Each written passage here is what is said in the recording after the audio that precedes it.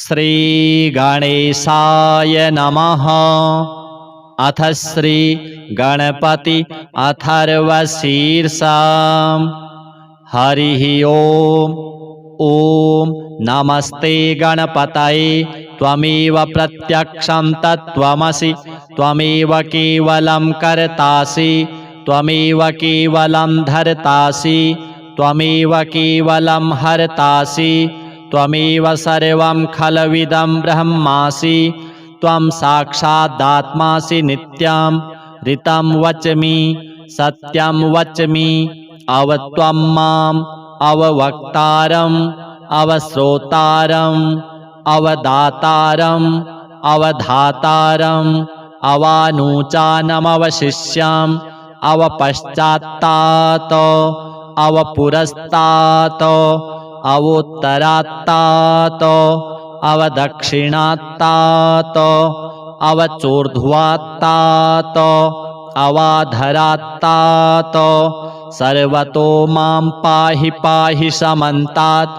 त्वं वाङ्मयस्त्वं चिन्मयः त्वमानन्दमयस्त्वं ब्रह्ममयः त्वं सच्चिदानन्दाद्वितीयोऽसि त्वं प्रत्यक्षं ब्रह्मासि त्वं ज्ञानमयो विज्ञानमयोऽसि सर्वं जगदिदं त्वत्तो जायते सर्वं जगदिदं त्वत्तस्तिष्ठति सर्वं जगदिदं त्वयि लयमेष्यति सर्वं जगदिदं त्वयि प्रत्येति त्वं भूमिरापो नलो नीलो नभः त्वं चत्वारि वाक्पदानि त्वं गुणत्रयातीतः त्वम् अवस्थात्रयातीतः त्वं देहत्रयातीतः त्वं कालत्रयातीतः त्वं मूलाधारस्थितोऽसि नित्यं त्वं शक्तित्रयात्मकः त्वां योगिनो ध्यायन्ति नित्यं त्वं ब्रह्मा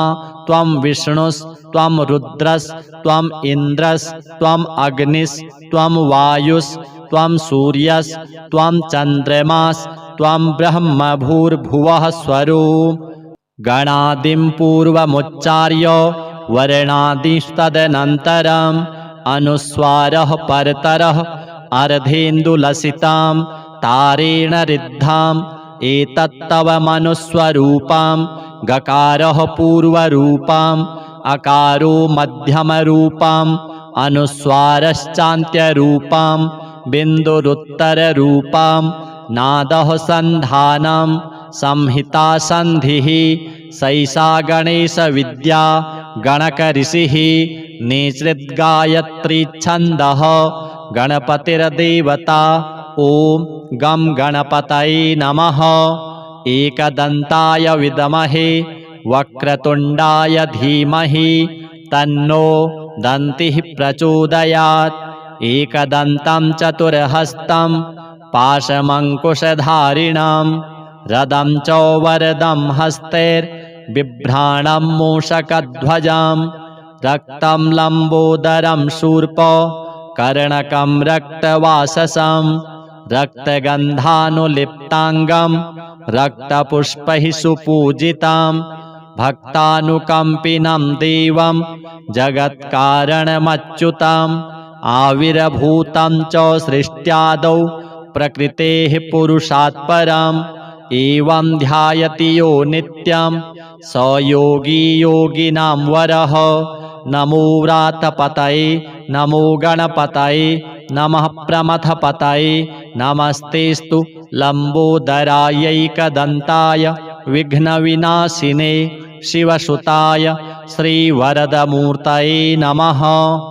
एतदथर्वशीर्षं योधीते स ब्रह्म भूयाय कल्पते स सर्वविघ्नैर्न बाध्यते स सर्वतः सुखमेधते स पञ्चमहापापात् प्रमुच्यते सायमधीयानो दिवस्कृतं पापं नाशयति प्रातरधीयानो रात्रिकृतं पापं नाशयति सायं प्रातः प्रयुञ्जानो पापः अपापो भवति सर्वत्राधीयानोपविघ्नो भवति धर्मार्थकाममोक्षं च विन्दति इदमथर्वशीर्षमशिष्याय न देयं यो यदि मोहाद्दास्यति स पापीयान् भवति सहस्रावर्तनाद्यं यं काममधीते तं तमनेन साधयेत् अनेन गणपतिमभिषिञ्चति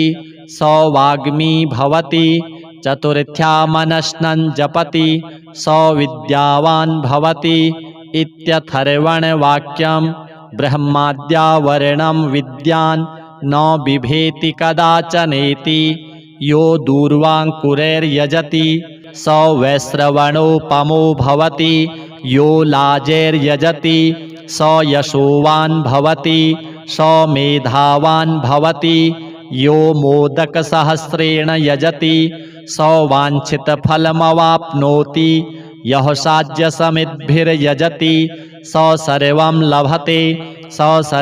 लभते अष्टौ ब्राह्मणान् सम्यग्ग्राहयित्वा सूर्यवर्चस्वी भवति सूर्यग्रहे महानद्यां प्रतिमासन्निधौ वा जप्त्वा सिद्धमन्त्रो भवति महाविघ्नात् प्रमुच्यते महादोषात् प्रमुच्यते महापापात् प्रमुच्यते महाप्रत्यवायात् प्रमुच्यते स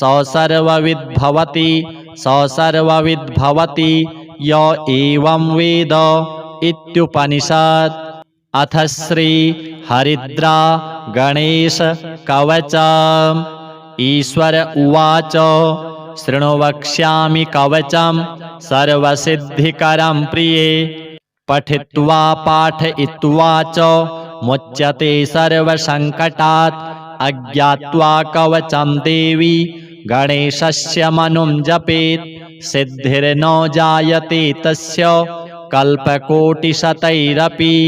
ॐ आमोदश्च शिरः पातु प्रमोदश्च शिखोपरि सम्मोदो भ्रूयुगे पातु भ्रूमध्ये च गणाधिपः गणाक्रीडो नेत्रयुग्मं नासायां गणनायकः गणक्रीडान्वितः पातु वदने सर्वसिद्धये जिह्वायां सुमुखः पातु ग्रीवायां दुर्मुखः सदा विघ्नेशो हृदये पातु विघ्ननाथश्च वक्षसि गणानां नायकः पातु बाहुयुग्मं सदा मम विघ्नकर्ता च ह्युदरे विघ्नहर्ता च लिङ्गके गजवक्त्रः कटिदेशे एकदन्तो नितम्बके लम्बोदरः सदा पातु गुह्यदेशे ममारुणः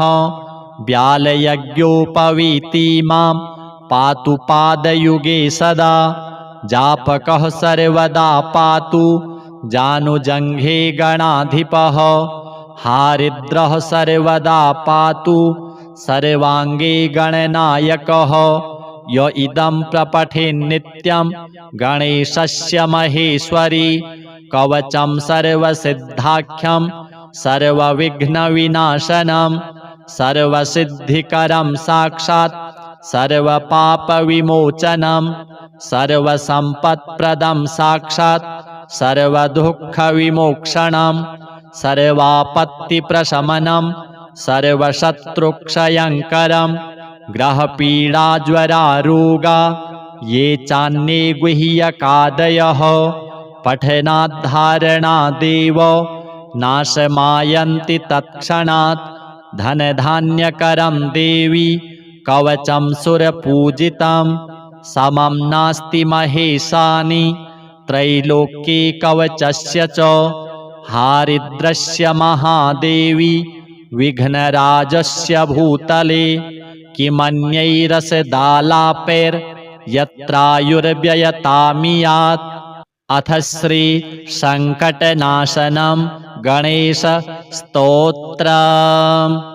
नारद उवाच प्रणम्य शिरसा देवं गौरीपुत्रं विनायकं भक्तावासं स्मरेन्नित्यम् आयुः कामार्थसिद्धये प्रथमं वक्रतुण्डं च एकदन्तं द्वितीयकं तृतीयं कृष्णपिङ्गाक्षं गजवक्त्रं चतुर्थकं लम्बोदरं पञ्चमं च षष्ठं विकटमेव च सप्तमं विघ्नराजेन्द्रं धूम्रवर्णं तथाष्टमं नवमं भालचन्द्रं च दशमं तु विनायकम् एकादशं गणपतिं द्वादशं तु गजाननं द्वादशैतानि नामानि त्रिसन्ध्यं यः पठेन्नरः न च विघ्नभयं तस्य सर्वसिद्धिकरः प्रभुः विद्यार्थी लभते विद्यां धनार्थी लभते धनं पुत्रार्थी लभते पुत्रान् मोक्षार्थी लभते गतिं जपेद गणपतिस्तोत्रं षड्भिर्मासैः फलं लभेत् संवत्सरेण सिद्धिं च लभते नात्र संशयः अष्टभ्यो ब्राह्मणेभ्यश्च लिखित्वा यः समर्पयेत् तस्य विद्या भवेत् सर्वा गणेशस्य प्रसादतः। अथ श्री पितृस्तोत्रम्। रुचिरुवाच अर्चितानां मूर्तानां पितॄणां दीप्ततेजसां नमस्यामि सदा तेषां ध्यानिनां दिव्यचक्षुषाम् इन्द्रादीनां च नेतारो दक्षमारीचयोस्तथा सप्तर्षीणां तथान्येषां तान्नमस्यामि कामदान् मन्वादीनां च नेतारः सूर्याचन्द्रमसोस्तथा तान्नमस्याम्यहं सर्वान् पितॄनप्युदधावपि नक्षत्राणां ग्रहाणां च वायवग्न्योर्नभस्तथा द्यावा पृथिव्योश्च तथा नमस्यामि कृताञ्जलिः प्रजापतेः कश्यपाय सोमाय वरुणाय च योगेश्वरेभ्यश्च सदा नमस्यामि कृताञ्जलिः नमो गणेभ्यः सप्तभ्यस्तथा लोकेषु सप्तसु स्वायम्भुवे नमस्यामि ब्रह्मणे योगचक्षुषे सोमाधारान् पितृगणान् योगमूर्तिधरांस्तथा नमस्यामि तथा सोमं पितरं जगतामहम् अग्निरूपांस्तथैवान्यान् नमस्यामि पितॄनहम् अग्निसोममयं विश्वं यत् एतदशेषतः ये च तेजसि ये चैते सोमसूर्याग्निमूर्तयः जगत्स्वरूपिणश्चैव तथा ब्रह्मस्वरूपिणः तेभ्योऽखिलेभ्यो योगिभ्यः पितृभ्यो यतमानसः नमो नमो नमस्तेस्तु प्रसीदन्तु स्वधाभुजः। अथ श्रीमद्भगवद्गीता सप्तमोऽध्यायः।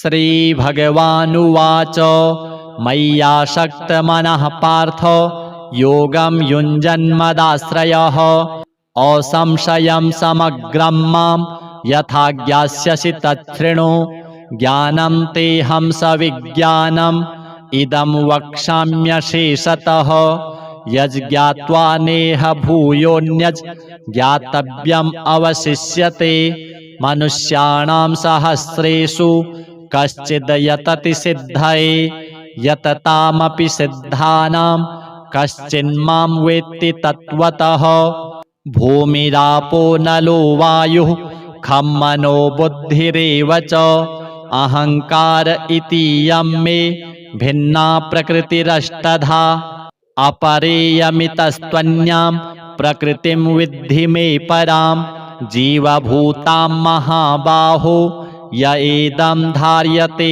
जगत् एतद्योनीनि भूतानि सर्वाणीत्युपधारय अहं कृत्स्नस्य जगतः प्रभवः प्रलयस्तथा मत्तः परतरं नान्यत् किञ्चिदस्ति धनञ्जय मयि सर्वमिदं प्रोतं सूत्रे मणिगणा इव रसोऽहमप्सु कौन्तेय प्रभास्मि शशिसूर्ययोः प्रणवः सर्ववेदेषु शब्दः खे पौरुषं नृषु पुण्यो गन्धः पृथिव्यां च तेजश्चास्मि विभावसौ जीवनं सर्वभूतेषु तपश्चास्मि तपस्विषु बीजं मां सर्वभूतानां विद्धि पार्थ सनातनं बुद्धिर्बुद्धिमतामस्मि तेजस्तेजस्विनामहं बलं बलवतां चाहं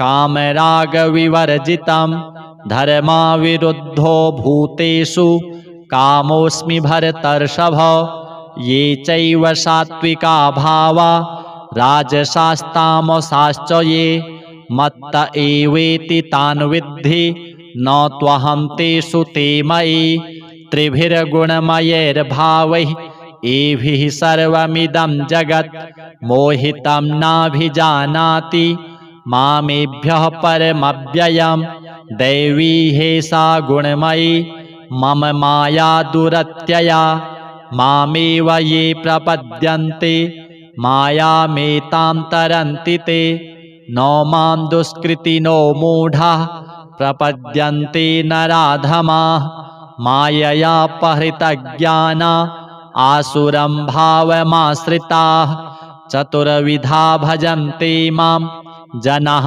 सुकृतिनोऽर्जुन आर्तो जिज्ञासुरर्थार्थी ज्ञानी च भरतर्षभ तेषां ज्ञानी नित्ययुक्त एकभक्तिर्विशिष्यते प्रियो हि ज्ञानिनोत्यर्थम् अहं स च मम प्रियः उदाराः सर्व एवैते ज्ञानी त्वात्मैव मे मतम् आस्थितः स हि युक्तात्मा मामेवानुत्तमां गतिं बहूनां जन्मनामन्ते ज्ञानवान् मां प्रपद्यते वासुदेवः सर्वमिति स महात्मा सुदुर्लभः कामैस्तैस्तैर्हृतज्ञानाः प्रपद्यन्तेऽन्यदेवताः तं तं नियममास्थाय प्रकृत्या नियतः स्वया यो यो यां यां तनुं भक्तः श्रद्धयार्चितुमिच्छति तस्य तस्याचलां श्रद्धां तामेव विदधाम्यहम् स तया श्रद्धया युक्तस्तस्याराधनमीहते लभते च ततः कामान् मयैव विहितान् हितान् अन्तवत्तु फलं तेषां तद्भवत्यल्पमेधसां देवान् देवयजो यान्ति मद्भक्ता यान्ति मामपि अव्यक्तं व्यक्तिमापन्नं मन्यन्ते माम बुद्धयः परं भावमजानन्तो ममाव्ययमनुत्तमं नाहं प्रकाशः सर्वस्य योगमायासमावृतः मूढोऽयं नाभिजानाति लोको मामजमव्ययं वेदाहं समतीतानि वर्तमानानि चार्जुन भविष्याणि च भूतानि मां तु वेद न कश्चन इच्छाद्वेषसमुत्थेन द्वन्द्वमोहेन भारत सर्वभूतानि सम्मोहं सर्गे यान्ति परन्तप येषां त्वन्तगतं पापं जनानां पुण्यकर्मणां ते द्वन्द्वमोहनिर्मुक्ता भजन्ते मां दृढव्रताः जरामरणमोक्षाय मामाश्रित्य यतन्ति ये ते ब्रह्म तद्विदुः कृत्स्नम् अध्यात्मं कर्म चाखिलं साधिभूताधिदैवं मां साधियज्ञं च ये विदुः प्रयाणकालेऽपि च मां ते विदुर्युक्तचेतसः।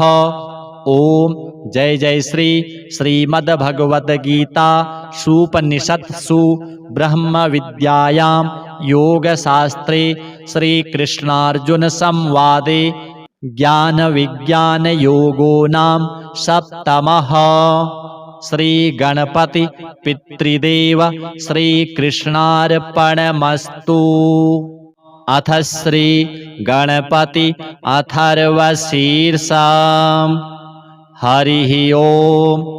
ॐ नमस्ते गणपतये त्वमेव प्रत्यक्षं तत्त्वमसि त्वमेव केवलं कर्तासि त्वमेव केवलं धर्तासि त्वमेव केवलं हर्तासि त्वमेव सर्वं खलविदं ब्रह्मासि त्वं साक्षादात्मासि नित्यं ऋतं वच्मि सत्यं वच्मि अवत्वं माम् अववक्तारम् अवश्रोतारम् अवदातारम् अवधातारम् अवानुचानमवशिष्यम् अवपश्चात्तात् अवपुरस्तात् अवोत्तरात्तात् अवदक्षिणात्तात् अवचोर्ध्वात्तात् अवाधरात्तात् सर्वतो मां पाहि पाहि समन्तात्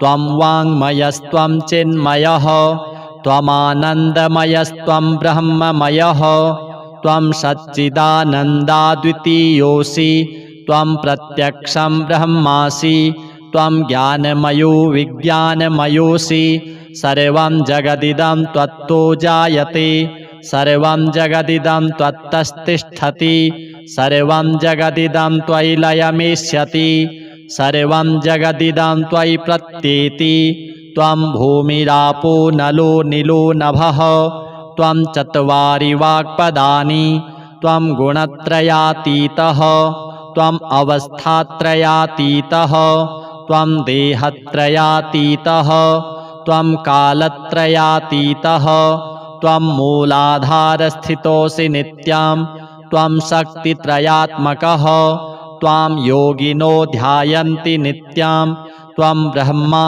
त्वं विष्णुस्त्वं रुद्रस्त्वम् इन्द्रस्त्वम् अग्निस्त्वं वायुस्त्वं सूर्यस्त्वं चन्द्रमास्त्वं ब्रह्म भूर्भुवः स्वरूप।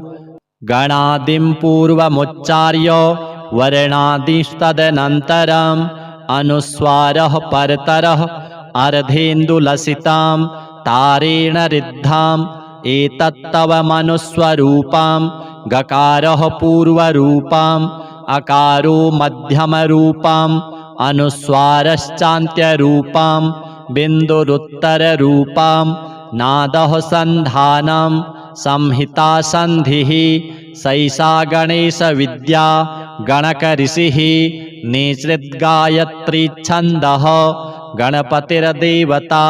ॐ गं गणपतये नमः। एकदन्ताय विद्महे वक्रतुण्डाय धीमहि तन्नो दन्तिः प्रचोदयात्।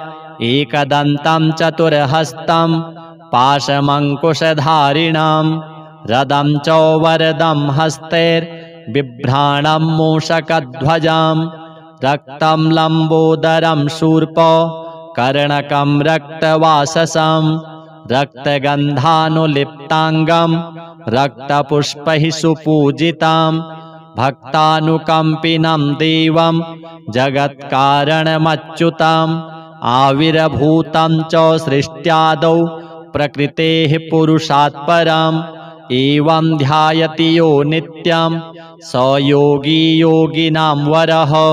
नमो व्रातपतये नमो गणपतये नमः प्रमथपतये नमस्तेस्तु लम्बोदरायैकदन्ताय विघ्नविनाशिने शिवसुताय श्रीवरदमूर्तये नमः। एतदथर्वशीर्षं योधीते स ब्रह्म भूयाय कल्पते स सर्वविघ्नैर्न बाध्यते स सर्वतः सुखमेधते स पञ्चमहापापात् प्रमुच्यते सायमधीयानो दिवस्कृतं पापं नाशयति प्रातरधीयानो रात्रिकृतं पापं नाशयति सायं प्रातः प्रयुञ्जानो पापः अपापो भवति सर्वत्राधीयानोपविघ्नो भवति धर्मार्थकाममोक्षं च विन्दति। इदमथर्वशीर्षमशिष्याय न देयं यो यदि मोहाद्दास्यति स पापीयान् भवति। सहस्रावर्तनाद्यं यं काममधीते तं तमनेन साधयेत्। अनेन गणपतिमभिषिञ्चति स वाग्मी भवति। चतुर्थ्या मनस्नं जपति स विद्यावान् भवति। इत्यथर्वणवाक्यं। ब्रह्माद्यावरणं विद्यान् न बिभेति कदाचनेति। यो दूर्वाङ्कुरैर्यजति स वैश्रवणोपमो भवति। यो लाजैर्यजति स यशोवान् भवति। स मेधावान् भवति। यो मोदकसहस्रेण यजति स वाञ्छितफलमवाप्नोति। यः साज्यसमिद्भिर्यजति स सर्वं लभते। स सर्वं लभते। अष्टौ ब्राह्मणान् सम्यग्ग्राहयित्वा सूर्यवर्चस्वी भवति। सूर्यग्रहे महानद्यां प्रतिमासन्निधौ वा जप्त्वा सिद्धमन्त्रो भवति। महाविघ्नात् प्रमुच्यते। महादोषात् प्रमुच्यते। महापापात् प्रमुच्यते। महाप्रत्यवायात् प्रमुच्यते। स सर्वविद् भवति। स सर्वविद् भवति य एवं वेद। इत्युपनिषत्। अथ श्री हरिद्रा गणेश कवचम्। ईश्वर उवाच शृणु वक्ष्यामि कवचं सर्वसिद्धिकरं प्रिये। पठित्वा पाठयित्वा च मुच्यते सर्वसङ्कटात्। अज्ञात्वा कवचं देवी गणेशस्य मनुं जपेत्। सिद्धिर्न जायते तस्य कल्पकोटिशतैरपि। ॐ आमोदश्च शिरः पातु प्रमोदश्च शिखोपरि।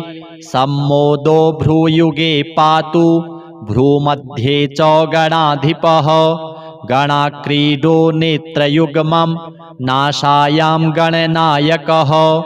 गणक्रीडान्वितः पातु वदने सर्वसिद्धये। जिह्वायां सुमुखः पातु ग्रीवायां दुर्मुखः सदा। विघ्नेशो हृदये पातु विघ्ननाथश्च वक्षसि। गणानां नायकः पातु बाहुयुग्मं सदा मम। विघ्नकर्ता च ह्युदरे विघ्नहर्ता च लिङ्गके। गजवक्त्रः कटिदेशे एकदन्तो नितम्बके।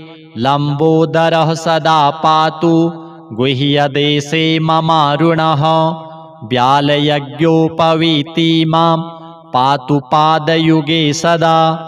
जापकः सर्वदा पातु जानुजङ्घे गणाधिपः। हारिद्रः सर्वदा पातु सर्वाङ्गे गणनायकः। य इदं प्रपठेन्नित्यं गणेशस्य महेश्वरी। कवचं सर्वसिद्धाख्यं सर्वविघ्नविनाशनं। सर्वसिद्धिकरं साक्षात् सर्वपापविमोचनं। सर्वसम्पत्प्रदं साक्षात् सर्वदुःखविमोक्षणं। सर्वापत्तिप्रशमनं सर्वशत्रुक्षयङ्करं। ग्रहपीडाज्वरारोगा ये चान्ये गुह्यकादयः। पठनाद्धारणादेव नाशमायन्ति तत्क्षणात्। धनधान्यकरं देवी कवचं सुरपूजितं। समं नास्ति महेशानि त्रैलोक्ये कवचस्य च।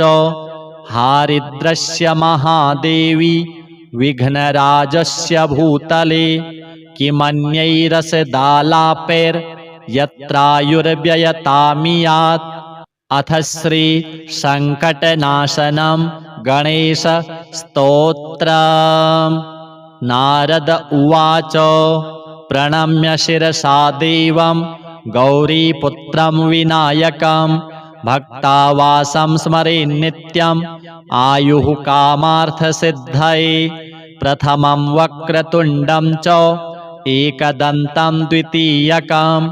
तृतीयं कृष्णपिङ्गाक्षं गजवक्त्रं चतुर्थकं। लम्बोदरं पञ्चमं च षष्ठं विकटमेव च सप्तमं विघ्नराजेन्द्रं धूम्रवर्णं तथाष्टमं नवमं भालचन्द्रं च दशमं तु विनायकम् एकादशं गणपतिं द्वादशं तु गजाननं द्वादशैतानि नामानि त्रिसन्ध्यं यः पठेन्नरः न च विघ्नभयं तस्य सर्वसिद्धिकरः प्रभुः विद्यार्थी लभते विद्यां धनार्थी लभते धनं पुत्रार्थी लभते पुत्रान् मोक्षार्थी लभते गतिं जपेद गणपतिस्तोत्रं षड्भिर्मासैः फलं लभेत् संवत्सरेण सिद्धिं च लभते नात्र संशयः अष्टभ्यो ब्राह्मणेभ्यश्च लिखित्वा यः समर्पयेत् तस्य विद्या भवेत् सर्वा गणेशस्य प्रसादतः। अथ श्री पितृस्तोत्रम्।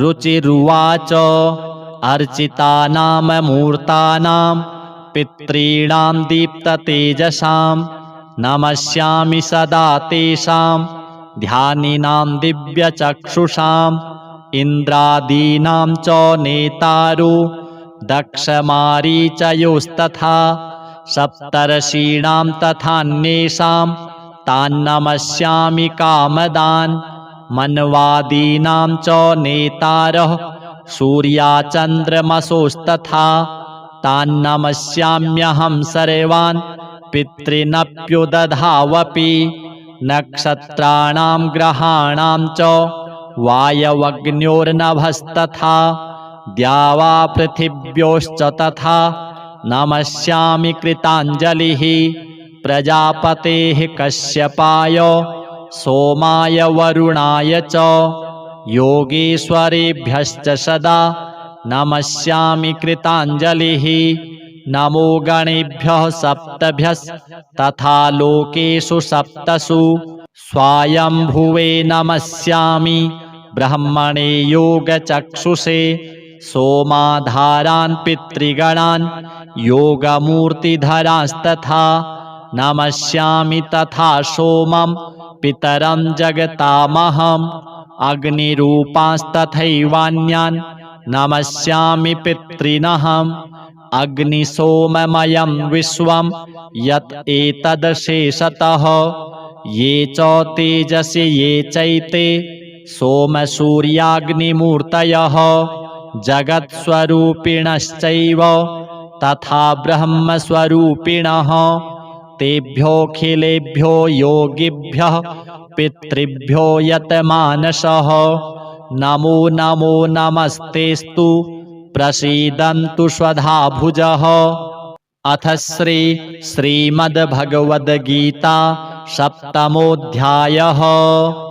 श्रीभगवानुवाच मय्यासक्तमनः पार्थ योगं युञ्जन्मदाश्रयः असंशयं समग्रं मां यथा ज्ञास्यसि तच्छृणु ज्ञानं तेऽहं सविज्ञानम् इदं वक्ष्याम्यशेषतः यज्ज्ञात्वा नेह भूयोऽन्यज् ज्ञातव्यम् अवशिष्यते मनुष्याणां सहस्रेषु कश्चिद् यतति सिद्धये यततामपि सिद्धानां कश्चिन्मां वेत्ति तत्त्वतः भूमिरापो नलो वायुः खं मनो बुद्धिरेव च अहंकार इतीयं मे भिन्ना प्रकृतिरष्टधा अपरेयमितस्त्वन्यां प्रकृतिं विद्धि मे परां जीवभूतां महाबाहो य एदं धार्यते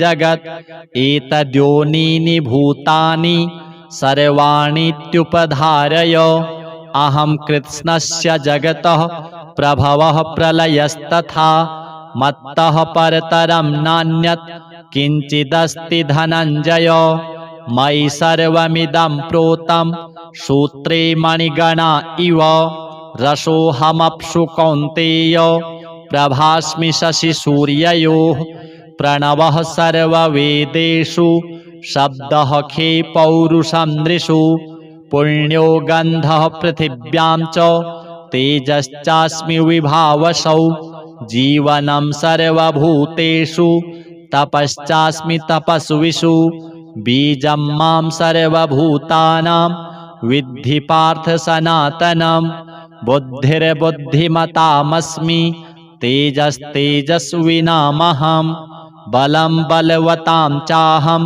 कामरागविवर्जितं धर्माविरुद्धो भूतेषु कामोऽस्मि भरतर्षभ ये चैव सात्विका भावा राजसास्तामसाश्च ये मत्त एवेति तान् विद्धि न त्वहं तेषु ते मयि त्रिभिर्गुणमयैर्भावैः एभिः सर्वमिदं जगत् मोहितं नाभिजानाति मामेभ्यः परमव्ययं दैवी हेषा गुणमयी मम माया दुरत्यया मामेव ये प्रपद्यन्ते मायामेतां तरन्ति ते न मां दुष्कृतिनो मूढाः प्रपद्यन्ते नराधमाः माययापहृतज्ञाना आसुरं भावमाश्रिताः चतुर्विधा भजन्ते मां जनाः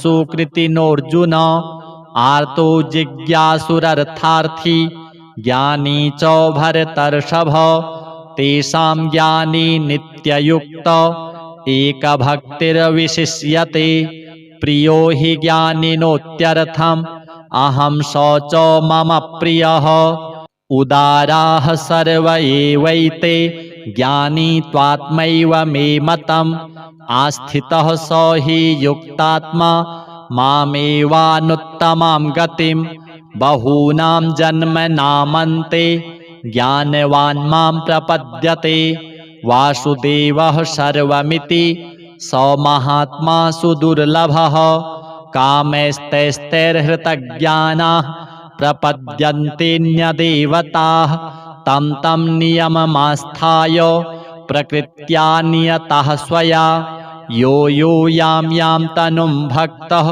श्रद्धयार्चितुमिच्छति तस्य तस्याचलां श्रद्धां तामेव विदधाम्यहम् स तया श्रद्धया युक्तस्तस्याराधनमीहते लभते च ततः कामान् मयैव विहितान् हितान् अन्तवत्तु फलं तेषां तद्भवत्यल्पमेधसां देवान् देवयजो यान्ति मद्भक्ता यान्ति मामपि अव्यक्तं व्यक्तिमापन्नं मन्यन्ते माम बुद्धयः परं भावमजानन्तो ममाव्ययमनुत्तमं नाहं प्रकाशः सर्वस्य योगमायासमावृतः मूढोऽयं नाभिजानाति लोको मामजमव्ययं वेदाहं समतीतानि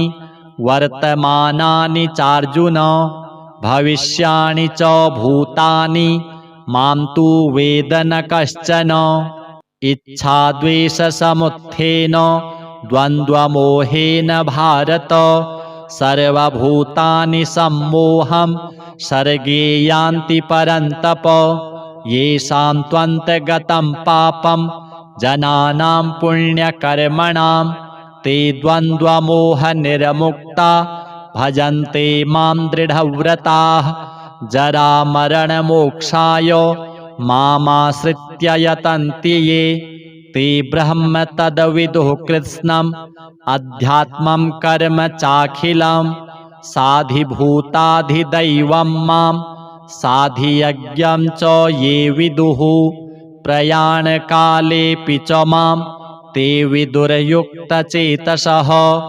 ओम जय जय श्री श्रीमद्भगवद्गीता सुपनिषत्सु ब्रह्म विद्यायां योगशास्त्रे श्रीकृष्णार्जुन संवादे ज्ञान विज्ञान योगो नाम सप्तमः। श्री गणपति पितृदेव श्रीकृष्णार्पणमस्तु। अथ श्री गणपति अथर्वशीर्षम् हरिः ओम्। ॐ नमस्ते गणपतये त्वमेव प्रत्यक्षं तत्त्वमसि त्वमेव केवलं कर्तासि त्वमेव केवलं धर्तासि त्वमेव केवलं हर्तासि त्वमेव सर्वं खलविदं ब्रह्मासि त्वं साक्षादात्मासि नित्यं ऋतं वच्मि सत्यं वच्मि अवत्वं माम् अववक्तारम् अवश्रोतारम् अवदातारम् अवधातारम् अवानूचानमवशिष्याम् अवपश्चात्तात् अवपुरस्तात् अवोत्तरात्तात् अवदक्षिणात्तात् अवचोर्ध्वात्तात् अवाधरात्तात् सर्वतो मां पाहि पाहि समन्तात् त्वं वाङ्मयस्त्वं चिन्मयः त्वमानन्दमयस्त्वं ब्रह्ममयः त्वं सच्चिदानन्दाद्वितीयोऽसि त्वं प्रत्यक्षं ब्रह्मासि त्वं ज्ञानमयो विज्ञानमयोऽसि सर्वं जगदिदं त्वत्तो जायते सर्वं जगदिदं त्वत्तस्तिष्ठति सर्वं जगदिदं त्वयि लयमेष्यति सर्वं जगदिदं त्वयि प्रत्येति त्वं भूमिरापो नलो नीलो नभः त्वं चत्वारि वाक्पदानि त्वं गुणत्रयातीतः त्वम् अवस्थात्रयातीतः त्वं देहत्रयातीतः त्वं कालत्रयातीतः त्वं मूलाधारस्थितोऽसि नित्यं त्वं शक्तित्रयात्मकः त्वां योगिनो ध्यायन्ति नित्यं त्वं ब्रह्मा त्वं विष्णुस्त्वं रुद्रस्त्वं इन्द्रस्त्वं अग्निस्त्वं वायुस्त्वं सूर्यस्त्वं चन्द्रमास्त्वं ब्रह्म भूर्भुवः स्वरूप गणादिं पूर्वमुच्चार्य वर्णादिस्तदनन्तरम् अनुस्वारः परतरः अर्धेन्दुलसितां तारेण रिद्धाम् एतत्तव मनुस्वरूपां गकारः पूर्वरूपाम् अकारो मध्यमरूपाम् अनुस्वारश्चान्त्यरूपां बिन्दुरुत्तररूपां नादः सन्धानं संहिता सन्धिः सैषा गणेशविद्या गणकऋषिः निसृद्गायत्री छन्दः गणपतिर्देवता ॐ गं गणपतये नमः। एकदन्ताय विद्महे वक्रतुण्डाय धीमहि तन्नो दन्तिः प्रचोदयात्। एकदन्तं चतुर्हस्तं पाशमङ्कुशधारिणं रदं च वरदं हस्तैर्बिभ्राणं मूषकध्वजं रक्तं लम्बोदरं शूर्प कर्णकं रक्तवाससं रक्तगन्धानुलिप्ताङ्गं रक्तपुष्पैः सुपूजितं भक्तानुकम्पिनं देवं जगत्कारणमच्युतम् आविर्भूतं च सृष्ट्यादौ प्रकृतेः पुरुषात् परम् एवं ध्यायति यो नित्यं स योगी योगिनां वरः। नमो व्रातपतये नमो गणपतये नमः प्रमथपतये नमस्तेस्तु लम्बोदरायैकदन्ताय विघ्नविनाशिने शिवसुताय श्रीवरदमूर्तये नमः। एतदथर्वशीर्षं योधीते स ब्रह्म भूयाय कल्पते स सर्वविघ्नैर्न बाध्यते स सर्वतः सुखमेधते स पञ्चमहापापात् प्रमुच्यते सायमधीयानो दिवस्कृतं पापं नाशयति प्रातरधीयानो रात्रिकृतं पापं नाशयति सायं प्रातः प्रयुञ्जानो पापः अपापो भवति सर्वत्राधीयानोपविघ्नो भवति धर्मार्थकाममोक्षं च विन्दति। इदमथर्वशीर्षमशिष्याय न देयं यो यदि मोहाद्दास्यति स पापीयान् भवति सहस्रावर्तनाद्यं यं काममधीते तं तमनेन साधयेत्। अनेन गणपतिमभिषिञ्चति स वाग्मी भवति। चतुर्थ्या मनस्नं जपति स विद्यावान् भवति। इत्यथर्वणवाक्यं। ब्रह्माद्या वर्णं विद्यान् न बिभेति कदाचनेति। यो दूर्वाङ्कुरैर्यजति स वैश्रवणोपमो भवति। यो लाजैर्यजति स यशोवान् भवति। स मेधावान् भवति। यो मोदकसहस्रेण यजति स वाञ्छितफलमवाप्नोति। यः साज्यसमिद्भिर्यजति स सर्वं लभते। स सर्वं लभते। अष्टौ ब्राह्मणान् सम्यग्ग्राहयित्वा सूर्यवर्चस्वी भवति। सूर्यग्रहे महानद्यां प्रतिमासन्निधौ वा जप्त्वा सिद्धमन्त्रो भवति। महाविघ्नात् प्रमुच्यते। महादोषात् प्रमुच्यते। महापापात् प्रमुच्यते। महाप्रत्यवायात् प्रमुच्यते। स सर्वविद् भवति। स सर्वविद् भवति य एवं वेद इत्युपनिषत्। अथ श्री हरिद्रा गणेश कवचम्। ईश्वर उवाच शृणु वक्ष्यामि कवचं सर्वसिद्धिकरं प्रिये। पठित्वा पाठयित्वा च मुच्यते सर्वसङ्कटात्। अज्ञात्वा कवचं देवी गणेशस्य मनुं जपेत्। सिद्धिर्न जायते तस्य कल्पकोटिशतैरपि। ॐ आमोदश्च शिरः पातु प्रमोदश्च शिखोपरि। सम्मोदो भ्रूयुगे पातु भ्रूमध्ये च गणाधिपः। गणाक्रीडो नेत्रयुग्मं नासायां गणनायकः। गणक्रीडान्वितः पातु वदने सर्वसिद्धये। जिह्वायां सुमुखः पातु ग्रीवायां दुर्मुखः सदा। विघ्नेशो हृदये पातु विघ्ननाथश्च वक्षसि। गणानां नायकः पातु बाहुयुग्मं सदा मम। विघ्नकर्ता च ह्युदरे विघ्नहर्ता च लिङ्गके। गजवक्त्रः कटिदेशे एकदन्तो नितम्बके। लम्बोदरः सदा पातु गुह्यदेशे ममारुणः। व्यालयज्ञोपवीति मां पातु पादयुगे सदा। जापकः सर्वदा पातु जानुजङ्घे गणाधिपः। हारिद्रः सर्वदा पातु सर्वाङ्गे गणनायकः। य इदं प्रपठेन्नित्यं गणेशस्य महेश्वरी। कवचं सर्वसिद्धाख्यं सर्वविघ्नविनाशनं। सर्वसिद्धिकरं साक्षात् सर्वपापविमोचनं। सर्वसम्पत्प्रदं साक्षात् सर्वदुःखविमोक्षणं। सर्वापत्तिप्रशमनं सर्वशत्रुक्षयङ्करं। ग्रहपीडाज्वरारोगा ये चान्ये गुह्यकादयः। पठनाद्धारणादेव नाशमायन्ति तत्क्षणात्। धनधान्यकरं देवी कवचं सुरपूजितं। समं नास्ति महेशानि त्रैलोक्ये कवचस्य च। हारिद्रस्य महादेवी विघ्नराजस्य भूतले। किमन्यैरसदालापैर्यत्रायुर्व्ययतामियात्। अथ श्री सङ्कटनाशनं गणेश स्तोत्रम्।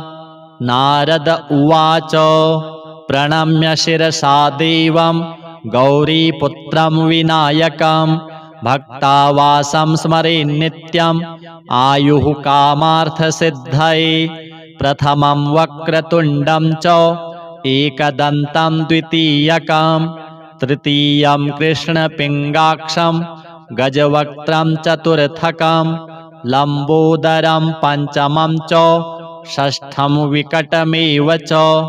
सप्तमं विघ्नराजेन्द्रं धूम्रवर्णं तथाष्टमं नवमं भालचन्द्रं च दशमं तु विनायकम् एकादशं गणपतिं द्वादशं तु गजाननं द्वादशैतानि नामानि त्रिसन्ध्यं यः पठेन्नरः न च विघ्नभयं तस्य सर्वसिद्धिकरः प्रभुः विद्यार्थी लभते विद्यां धनार्थी लभते धनं पुत्रार्थी लभते पुत्रान् मोक्षार्थी लभते गतिं जपेद गणपतिस्तोत्रं षड्भिर्मासैः फलं लभेत् संवत्सरेण सिद्धिं च लभते नात्र संशयः अष्टभ्यो ब्राह्मणेभ्यश्च लिखित्वा यः समर्पयेत् तस्य विद्या भवेत् सर्वा गणेशस्य प्रसादतः। अथ श्री पितृस्तोत्रम्। रुचिरुवाच अर्चितानां मूर्तानां पितॄणां दीप्ततेजसां नमस्यामि सदा तेषां ध्यानिनां दिव्यचक्षुषाम् इन्द्रादीनां च नेतारो दक्षमारीचयोस्तथा सप्तर्षीणां तथान्येषां तान्नमस्यामि कामदान् मन्वादीनां च नेतारः सूर्याचन्द्रमसोस्तथा तान्नमस्याम्यहं सर्वान् पितॄनप्युदधावपि नक्षत्राणां ग्रहाणां च वायवग्न्योर्नभस्तथा द्यावा पृथिव्योश्च तथा नमस्यामि कृताञ्जलिः प्रजापतेः कश्यपाय सोमाय वरुणाय च योगेश्वरेभ्यश्च सदा नमस्यामि कृताञ्जलिः नमो गणेभ्यः सप्तभ्यस्तथा लोकेषु सप्तसु स्वायम्भुवे नमस्यामि ब्रह्मणे योगचक्षुषे सोमाधारान् पितृगणान् योगमूर्तिधरांस्तथा नमस्यामि तथा सोमं पितरं जगतामहम् अग्निरूपांस्तथैवान्यान् नमस्यामि पितॄनहम् अग्निसोममयं विश्वं यत् एतदशेषतः ये च तेजसि ये चैते सोमसूर्याग्निमूर्तयः जगत्स्वरूपिणश्चैव तथा ब्रह्मस्वरूपिणः तेभ्योऽखिलेभ्यो योगिभ्यः पितृभ्यो यतमानसः नमो नमो नमस्तेस्तु प्रसीदन्तु स्वधाभुजः। अथ श्रीमद्भगवद्गीता सप्तमोऽध्यायः।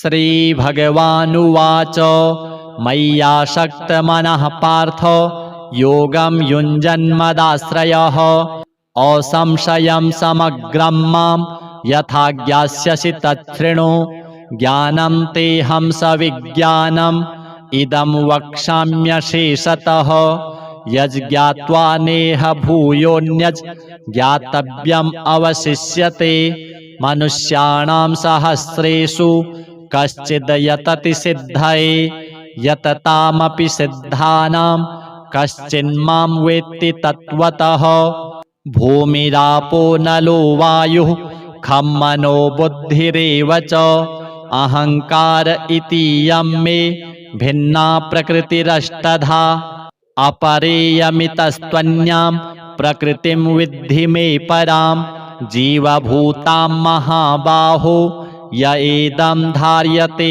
जगत् एतद्योनीनि भूतानि सर्वाणीत्युपधारय अहं कृत्स्नस्य जगतः प्रभवः प्रलयस्तथा मत्तः परतरं नान्यत् किञ्चिदस्ति धनञ्जय मयि सर्वमिदं प्रोतं सूत्रे मणिगणा इव रसोऽहमप्सु कौन्तेय प्रभास्मि शशिसूर्ययोः प्रणवः सर्ववेदेषु शब्दः खे पौरुषं नृषु पुण्यो गन्धः पृथिव्यां च तेजश्चास्मि विभावसौ जीवनं सर्वभूतेषु तपश्चास्मि तपस्विषु बीजं मां सर्वभूतानां विद्धि पार्थ सनातनं बुद्धिर्बुद्धिमतामस्मि तेजस्तेजस्विनामहं बलं बलवतां चाहं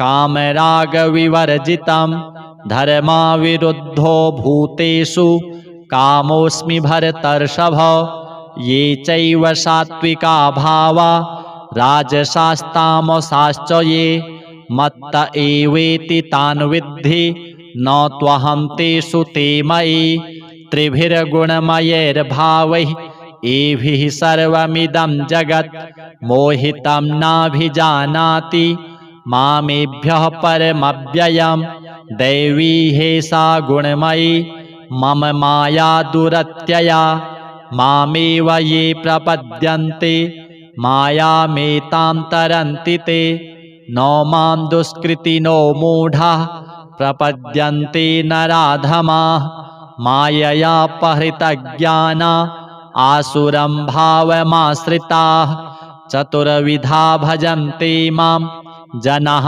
सुकृतिनोऽर्जुन आर्तो जिज्ञासुरर्थार्थी ज्ञानी च भरतर्षभ तेषां ज्ञानी नित्ययुक्त एकभक्तिर्विशिष्यते प्रियो हि ज्ञानिनोत्यर्थम् अहं स च मम प्रियः उदाराः सर्व एवैते ज्ञानी त्वात्मैव मे मतम् आस्थितः स हि युक्तात्मा मामेवानुत्तमां गतिं बहूनां जन्मनामन्ते ज्ञानवान् मां प्रपद्यते वासुदेवः सर्वमिति स महात्मा सुदुर्लभः कामैस्तैस्तैर्हृतज्ञानाः प्रपद्यन्तेऽन्यदेवताः तं तं नियममास्थाय प्रकृत्या नियतः स्वया यो यो यां यां तनुं भक्तः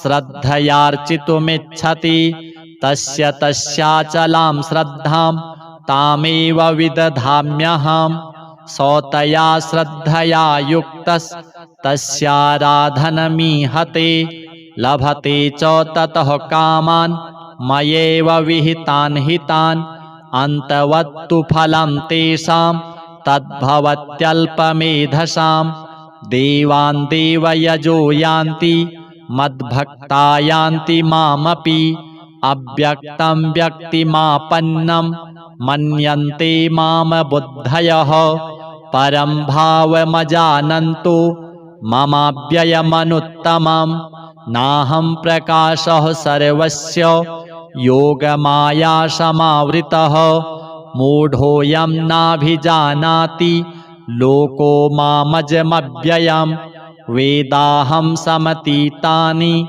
वर्तमानानि चार्जुन भविष्याणि च भूतानि मां तु वेद न कश्चन इच्छाद्वेषसमुत्थेन द्वन्द्वमोहेन भारत सर्वभूतानि सम्मोहं सर्गे यान्ति परन्तप येषां त्वन्तगतं पापं जनानां पुण्यकर्मणां ते द्वन्द्वमोहनिर्मुक्ता भजन्ते मां दृढव्रताः जरामरणमोक्षाय मामाश्रित्य यतन्ति ये ते ब्रह्म तद्विदुः कृत्स्नम् अध्यात्मं कर्म चाखिलं साधिभूताधिदैवं मां साधियज्ञं च ये विदुः प्रयाणकालेऽपि च मां ते विदुर्युक्तचेतसः।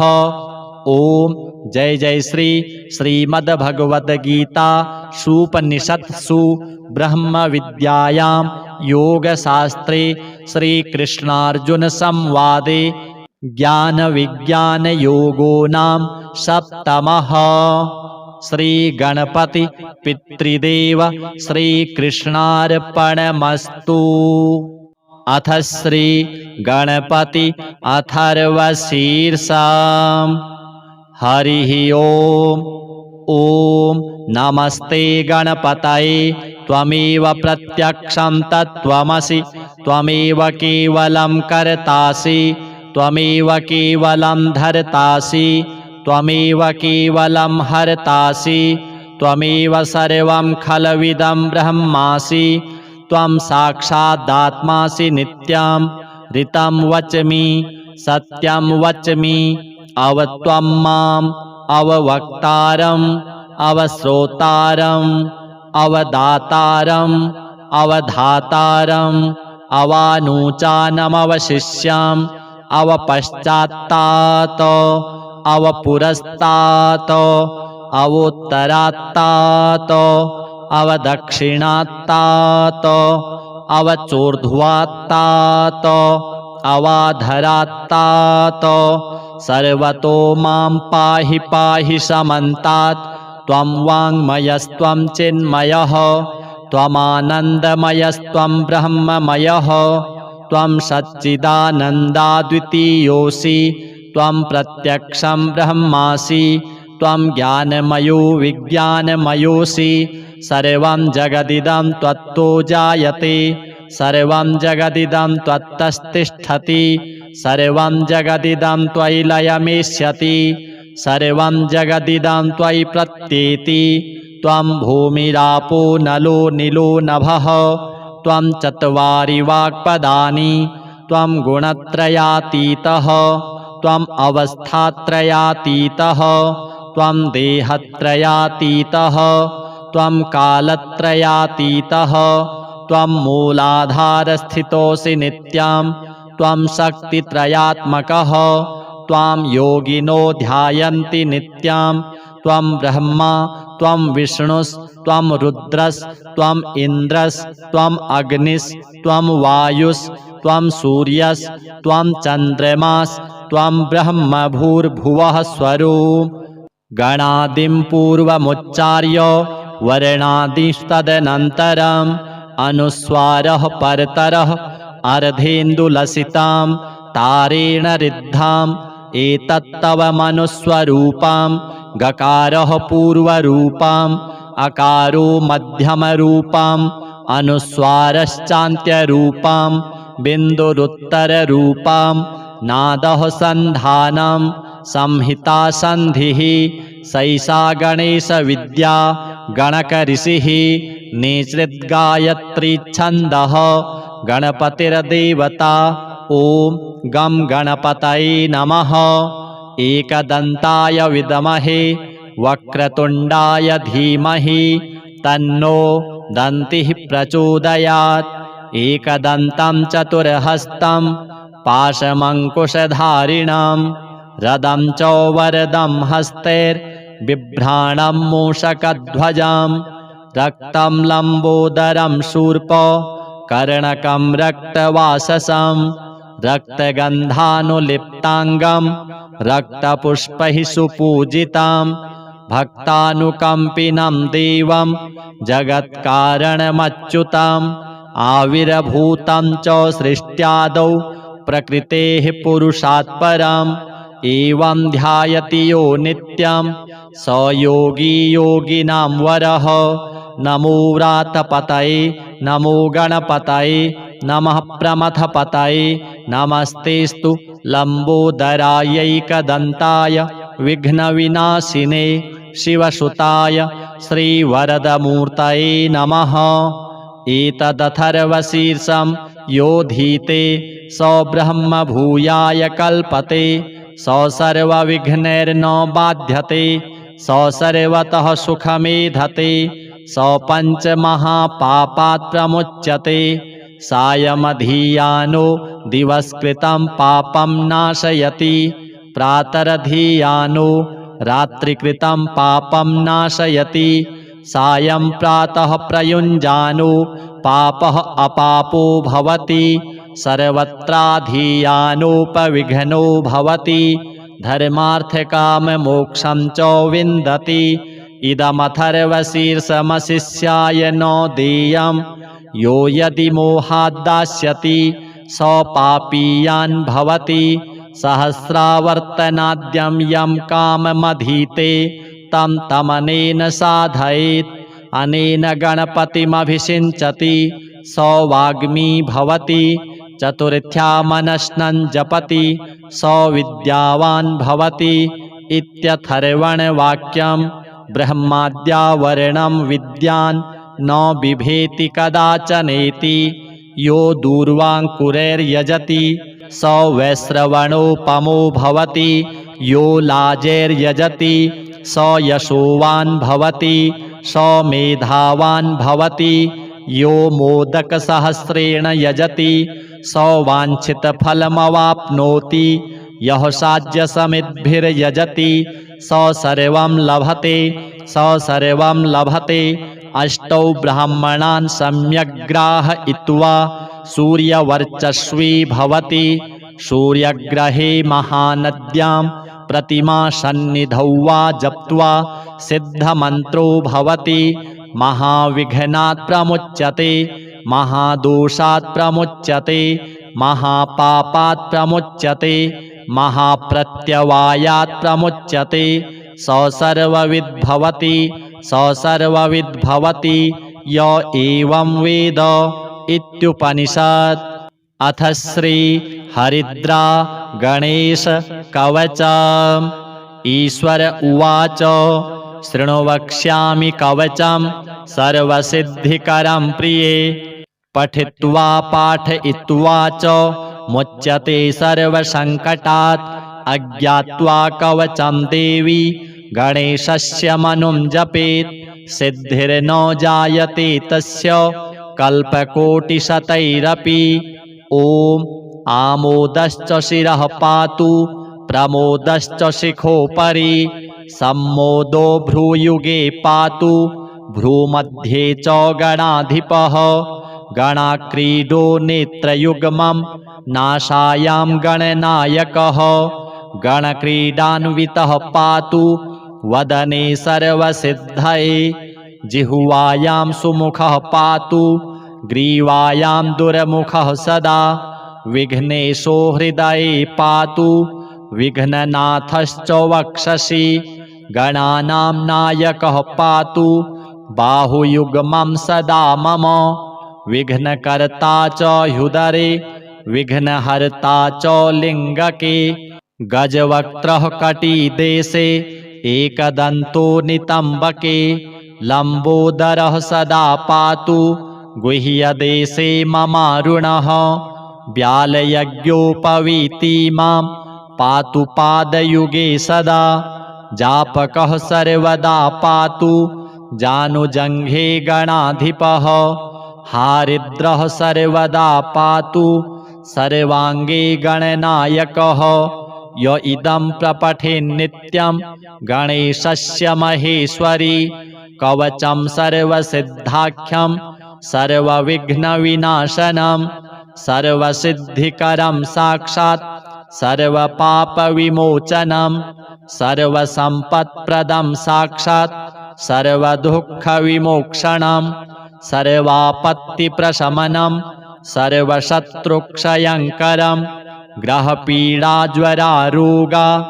ये चान्ये गुह्यकादयः पठनाद्धारणादेव नाशमायन्ति तत्क्षणात् धनधान्यकरं देवी कवचं सुरपूजितं समं नास्ति महेशानि त्रैलोक्ये कवचस्य च हारिद्रस्य महादेवी विघ्नराजस्य भूतले किमन्यैरसदालापैर्यत्रायुर्व्ययतामियात्। अथ श्री संकटनाशनं गणेश स्तोत्रम्। नारद उवाच प्रणम्य शिरसा देवं गौरीपुत्रं विनायकं भक्तावासं स्मरेन्नित्यम् आयुः कामार्थसिद्धये प्रथमं वक्रतुण्डं च एकदन्तं द्वितीयकं तृतीयं कृष्णपिङ्गाक्षं गजवक्त्रं चतुर्थकं लम्बोदरं पञ्चमं च षष्ठं विकटमेव च सप्तमं विघ्नराजेन्द्रं धूम्रवर्णं तथाष्टमं नवमं भालचन्द्रं च दशमं तु विनायकम् एकादशं गणपतिं द्वादशं तु गजाननं द्वादशैतानि नामानि त्रिसन्ध्यं यः पठेन्नरः न च विघ्नभयं तस्य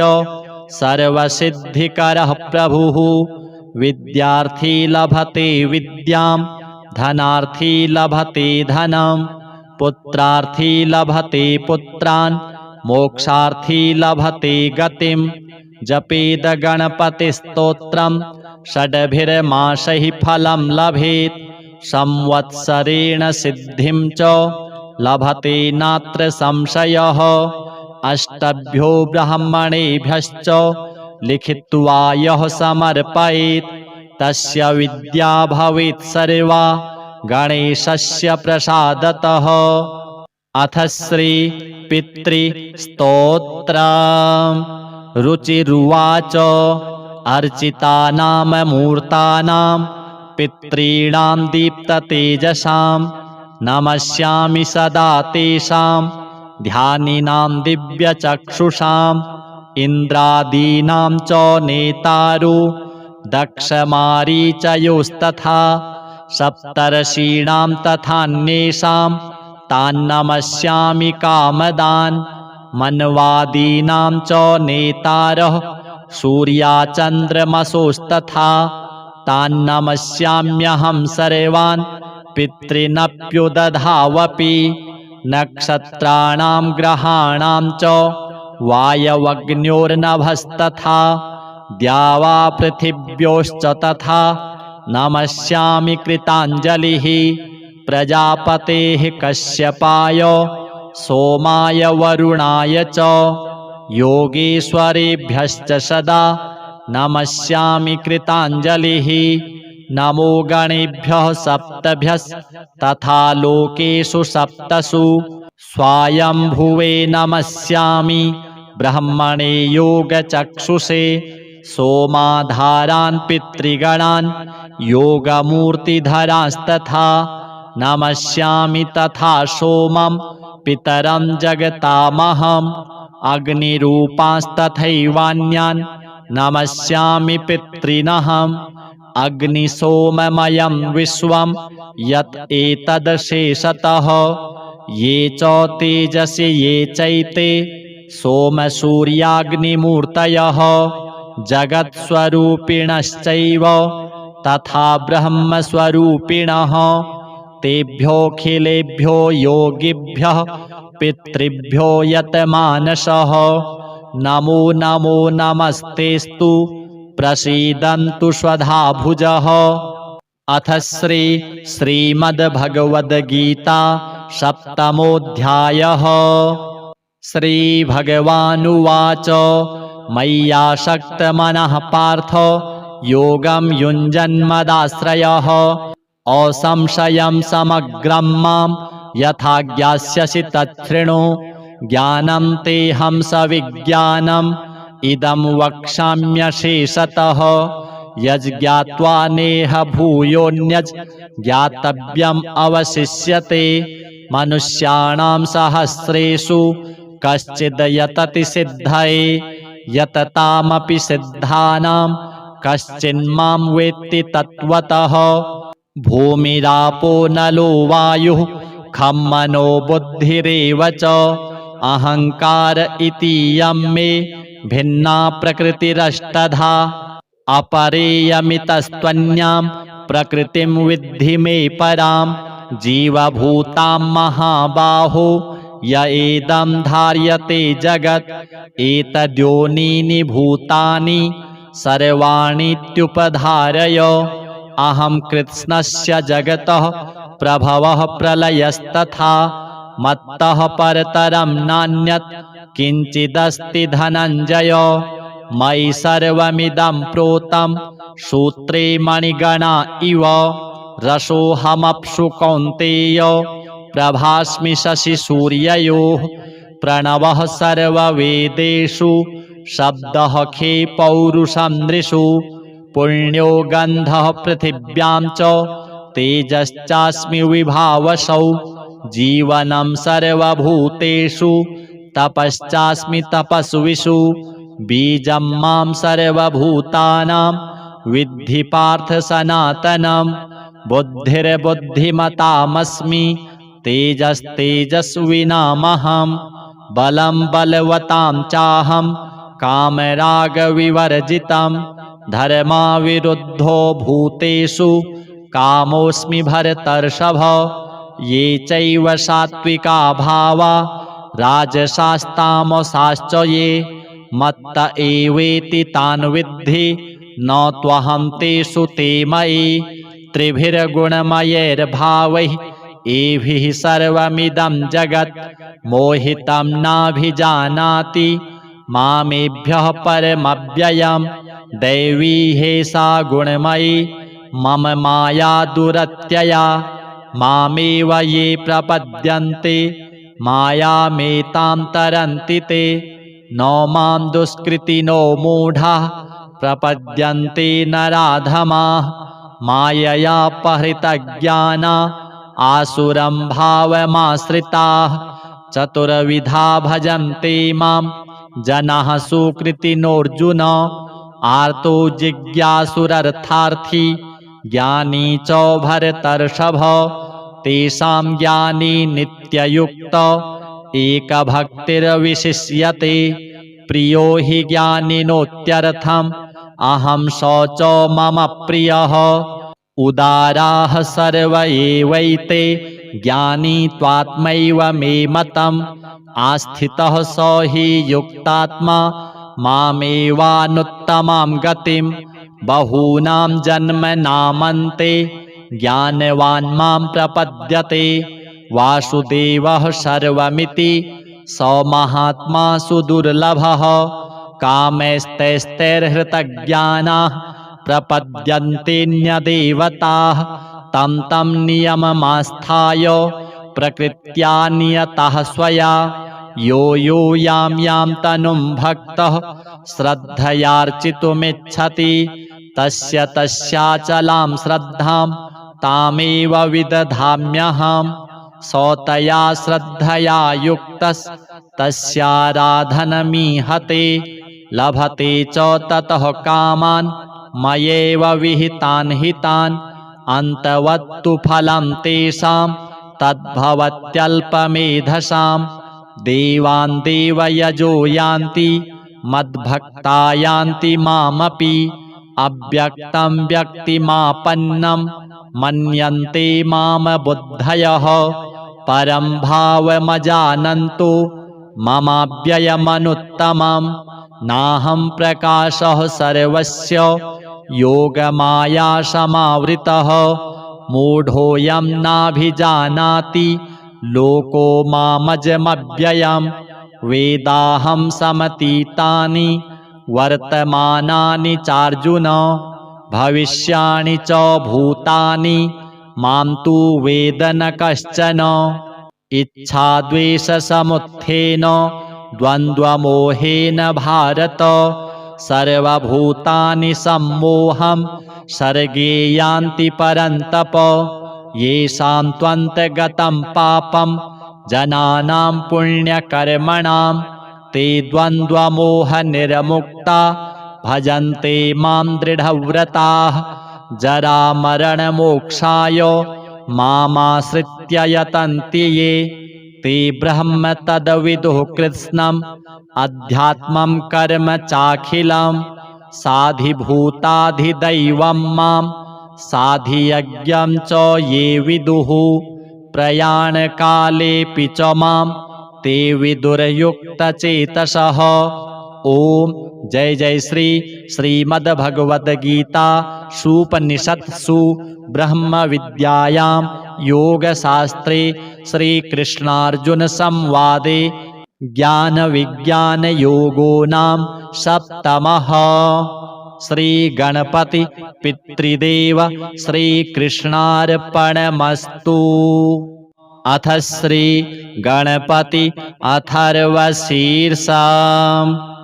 हरिः ओम।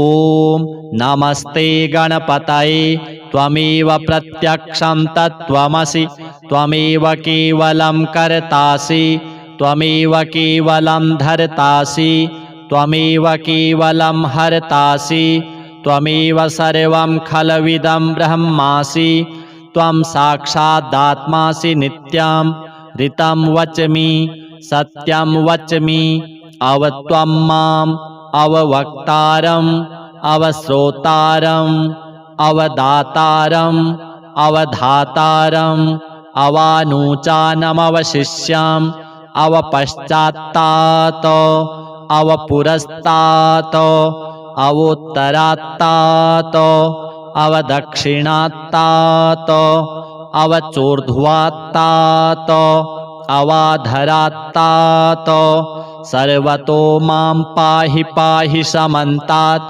त्वं वाङ्मयस्त्वं चिन्मयः त्वमानन्दमयस्त्वं ब्रह्ममयः त्वं सच्चिदानन्दाद्वितीयोऽसि त्वं प्रत्यक्षं ब्रह्मासि त्वं ज्ञानमयो विज्ञानमयोऽसि सर्वं जगदिदं त्वत्तो जायते सर्वं जगदिदं त्वत्तस्तिष्ठति सर्वं जगदिदं त्वयि लयमेष्यति सर्वं जगदिदं त्वयि प्रत्येति त्वं भूमिरापो नलो नीलो नभः त्वं चत्वारि वाक्पदानि त्वं गुणत्रयातीतः त्वम् अवस्थात्रयातीतः त्वं देहत्रयातीतः त्वं कालत्रयातीतः त्वं मूलाधारस्थितोऽसि नित्यं त्वं शक्तित्रयात्मकः त्वां योगिनो ध्यायन्ति नित्यं त्वं ब्रह्मा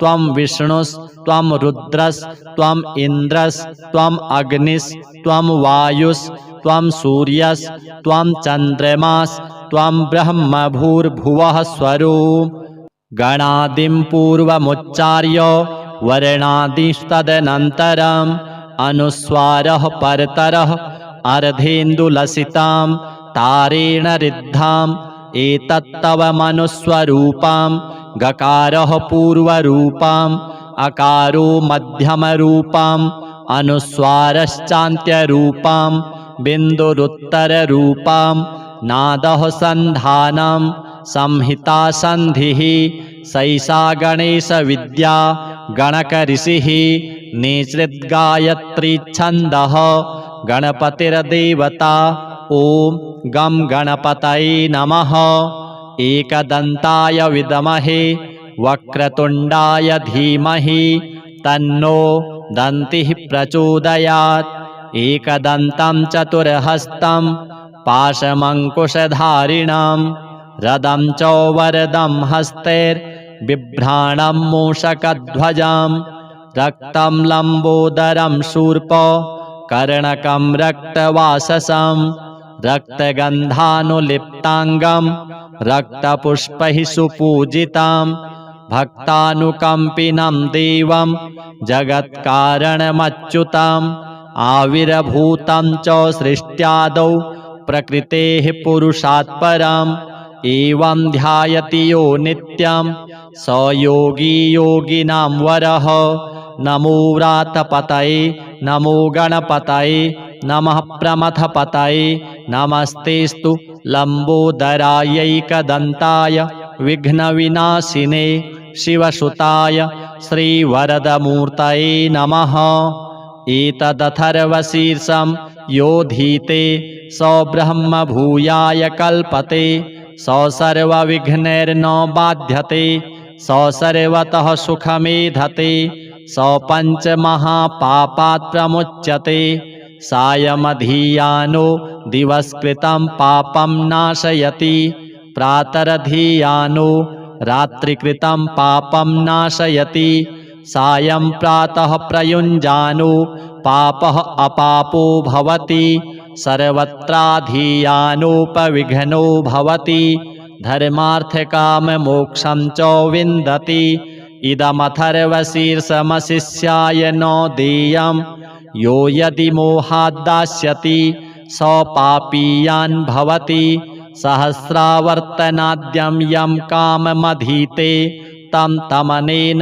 साधयेत् अनेन गणपतिमभिषिञ्चति स वाग्मी भवति चतुर्थ्या मनस्नं जपति स विद्यावान् भवति इत्यथर्वणवाक्यं ब्रह्माद्यावरणं विद्यान् न बिभेति कदाचनेति यो दूर्वाङ्कुरैर्यजति स वैश्रवणोपमो भवति यो लाजैर्यजति स यशोवान् भवति स मेधावान् भवति यो मोदकसहस्रेण यजति स वाञ्छितफलमवाप्नोति यः साज्यसमिद्भिर्यजति स सर्वं लभते स सर्वं लभते अष्टौ ब्राह्मणान् सम्यग्राहयित्वा सूर्यवर्चस्वी भवति सूर्यग्रहे महानद्यां प्रतिमासन्निधौ वा जप्त्वा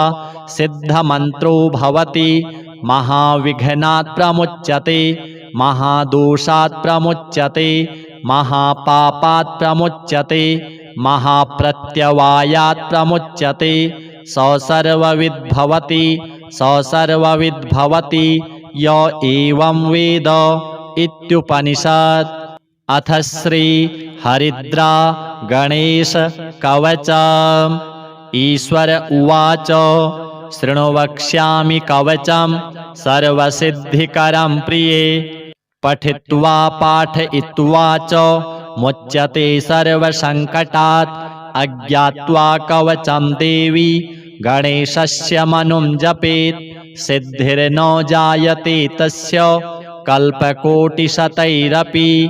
ॐ आमोदश्च शिरः पातु प्रमोदश्च शिखोपरि सम्मोदो भ्रूयुगे पातु भ्रूमध्ये च गणाधिपः गणाक्रीडो नेत्रयुग्मं नासायां गणनायकः गणक्रीडान्वितः पातु वदने सर्वसिद्धये जिह्वायां सुमुखः पातु ग्रीवायां दुर्मुखः सदा विघ्नेशो हृदये पातु विघ्ननाथश्च वक्षसि गणानां नायकः पातु बाहुयुग्मं सदा मम विघ्नकर्ता च ह्युदरे विघ्नहर्ता च लिङ्गके गजवक्त्रः कटिदेशे एकदन्तो नितम्बके लम्बोदरः सदा पातु गुह्यदेशे ममारुणः व्यालयज्ञोपवीति मां पातु पादयुगे सदा जापकः सर्वदा पातु जानुजङ्घे गणाधिपः हारिद्रः सर्वदा पातु सर्वाङ्गे गणनायकः य इदं प्रपठेन्नित्यं गणेशस्य महेश्वरी कवचं सर्वसिद्धाख्यं सर्वविघ्नविनाशनं सर्वसिद्धिकरं साक्षात् सर्वपापविमोचनं सर्वसम्पत्प्रदं साक्षात् सर्वदुःखविमोक्षणं सर्वापत्तिप्रशमनं सर्वशत्रुक्षयङ्करं ग्रहपीडाज्वरारोगा ये चान्ये गुह्यकादयः पठनाद्धारणादेव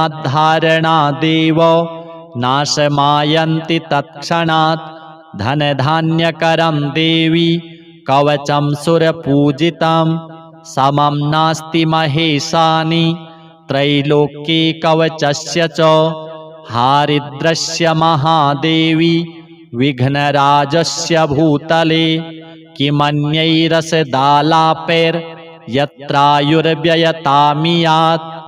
अथ श्री संकटनाशनं गणेश स्तोत्रम्। नारद उवाच प्रणम्य शिरसा देवं गौरीपुत्रं विनायकं भक्तावासं स्मरेन्नित्यम् आयुः कामार्थसिद्धये प्रथमं वक्रतुण्डं च एकदन्तं द्वितीयकं तृतीयं कृष्णपिङ्गाक्षं गजवक्त्रं चतुर्थकं लम्बोदरं पञ्चमं च षष्ठं विकटमेव च सप्तमं विघ्नराजेन्द्रं धूम्रवर्णं तथाष्टमं नवमं भालचन्द्रं च दशमं तु विनायकम् एकादशं गणपतिं द्वादशं तु गजाननं द्वादशैतानि नामानि त्रिसन्ध्यं यः पठेन्नरः न च विघ्नभयं तस्य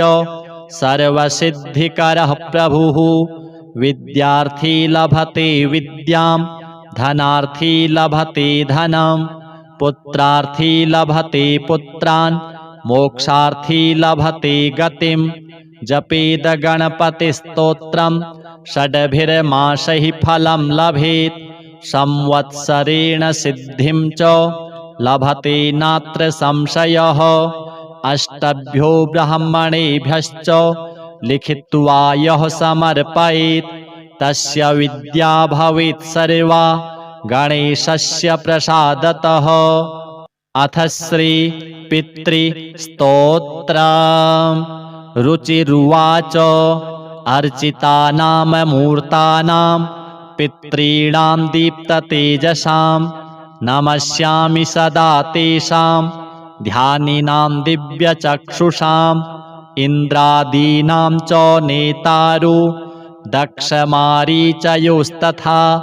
सप्तर्षीणां तथान्येषां तान्नमस्यामि कामदान् मन्वादीनां च नेतारः सूर्याचन्द्रमसोस्तथा तान्नमस्याम्यहं सर्वान् पितॄनप्युदधावपि नक्षत्राणां ग्रहाणां च वायवग्न्योर्नभस्तथा द्यावा पृथिव्योश्च तथा नमस्यामि कृताञ्जलिः प्रजापतेः कश्यपाय सोमाय वरुणाय च योगेश्वरेभ्यश्च सदा नमस्यामि कृताञ्जलिः नमो गणेभ्यः सप्तभ्यस्तथा लोकेषु सप्तसु स्वायम्भुवे नमस्यामि ब्रह्मणे योगचक्षुषे सोमाधारान् पितृगणान्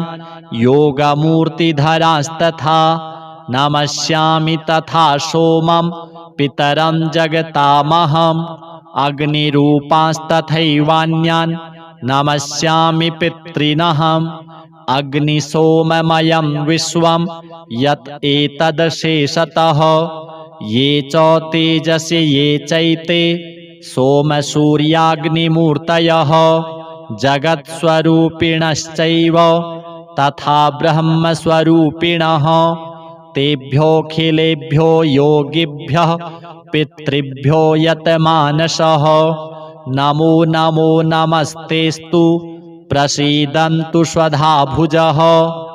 अथ श्रीमद्भगवद्गीता सप्तमोऽध्यायः।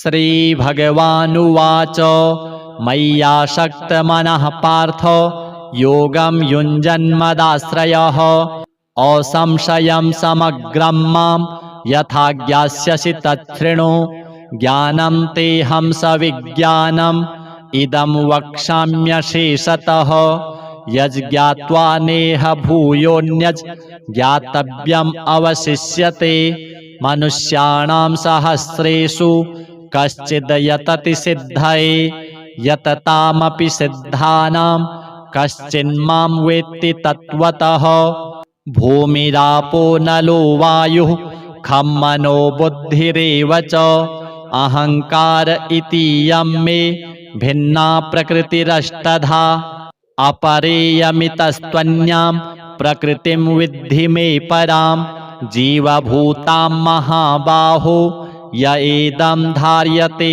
जगत् एतद्योनीनि भूतानि सर्वाणीत्युपधारय अहं कृत्स्नस्य जगतः प्रभवः प्रलयस्तथा मत्तः परतरं नान्यत् किञ्चिदस्ति धनञ्जय मयि सर्वमिदं प्रोतं सूत्रे मणिगणा इव रसोऽहमप्सु कौन्तेय प्रभास्मि शशिसूर्ययोः प्रणवः सर्ववेदेषु शब्दः खे पौरुषं नृषु पुण्यो गन्धः पृथिव्यां च तेजश्चास्मि विभावसौ जीवनं सर्वभूतेषु तपश्चास्मि तपस्विषु बीजं मां सर्वभूतानां विद्धि पार्थ सनातनं बुद्धिर्बुद्धिमतामस्मि तेजस्तेजस्विनामहं बलं बलवतां चाहं कामरागविवर्जितं धर्माविरुद्धो भूतेषु कामोऽस्मि भरतर्षभ ये चैव सात्विका भावा राजसास्तामसाश्च ये मत्त एवेति तान् विद्धि न त्वहं तेषु ते मयि त्रिभिर्गुणमयैर्भावैः एभिः सर्वमिदं जगत् मोहितं नाभिजानाति मामेभ्यः परमव्ययं दैवी हेषा गुणमयी मम माया दुरत्यया मामेव ये प्रपद्यन्ते मायामेतां तरन्ति ते न मां दुष्कृतिनो मूढाः प्रपद्यन्ते नराधमाः माययापहृतज्ञाना आसुरं भावमाश्रिताः चतुर्विधा भजन्ते मां जनाः सुकृतिनोऽर्जुन आर्तो जिज्ञासुरर्थार्थी ज्ञानी च भरतर्षभ तेषां ज्ञानी नित्ययुक्त एकभक्तिर्विशिष्यते प्रियो हि ज्ञानिनोत्यर्थम् अहं स च मम प्रियः उदाराः सर्व एवैते ज्ञानी त्वात्मैव मे मतम् आस्थितः स हि युक्तात्मा मामेवानुत्तमां गतिं बहूनां जन्मनामन्ते ज्ञानवान् मां प्रपद्यते वासुदेवः सर्वमिति स महात्मा सुदुर्लभः कामैस्तैस्तैर्हृतज्ञानाः प्रपद्यन्तेऽन्यदेवताः तं तं नियममास्थाय प्रकृत्या नियतः स्वया यो यो यां यां तनुं भक्तः श्रद्धयार्चितुमिच्छति तस्य तस्याचलां श्रद्धां तामेव विदधाम्यहम् स तया श्रद्धया युक्तस्तस्याराधनमीहते लभते च ततः कामान् मयैव विहितान् हितान् अन्तवत्तु फलं तेषां तद्भवत्यल्पमेधसां देवान् देवयजो यान्ति मद्भक्ता यान्ति मामपि अव्यक्तं व्यक्तिमापन्नं मन्यन्ते माम बुद्धयः परं भावमजानन्तो ममाव्ययमनुत्तमं नाहं प्रकाशः सर्वस्य योगमायासमावृतः मूढोऽयं नाभिजानाति लोको मामजमव्ययं वेदाहं समतीतानि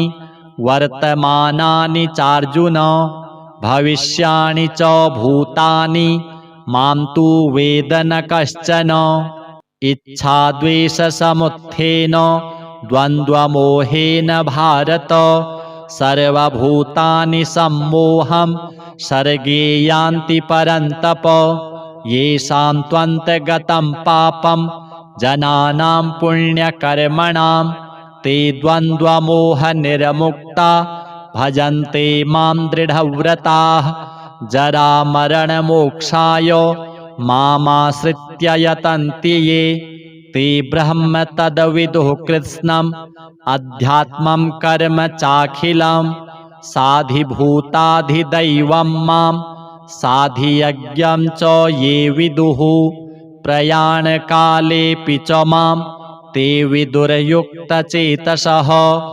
ओम जय जय श्री श्रीमद्भगवद्गीता सुपनिषत्सु ब्रह्म विद्यायां योगशास्त्रे श्रीकृष्णार्जुन संवादे ज्ञान विज्ञान योगो नाम सप्तमः।